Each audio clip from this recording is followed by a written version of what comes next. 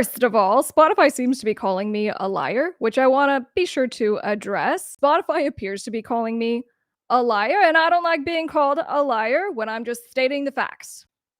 So, if you guys remember, I have been covering about how Spotify updated its terms of service and what does that mean? How does it impact you, right? So, in any case, this is in digital music news. Spotify pushes back against false claims about its terms of service update. So, amid an avalanche of controversy and some more artist exits, Spotify has responded to the purported misinformation about its newest terms of service update. More significantly, entertainment attorney Crystal Delgado broke down, that's me by the way, broke down the update in a YouTube video.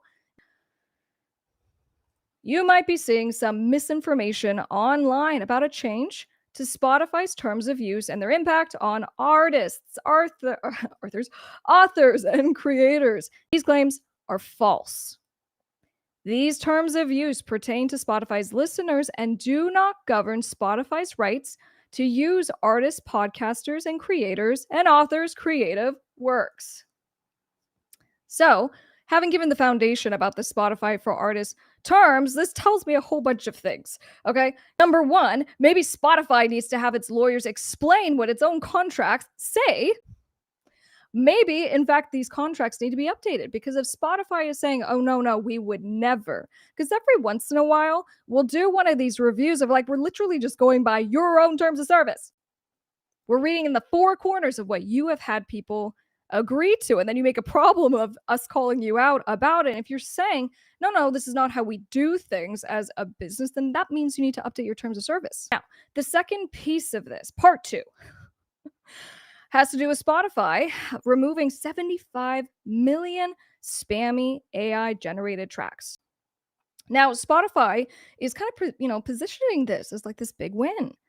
And it's like a big win for human made music. And again, looking at Spotify's own words that we're going to go to, this seems misleading to me. But as far as like this being like a win or being presented as a win, I'm not sure I'm buying that narrative.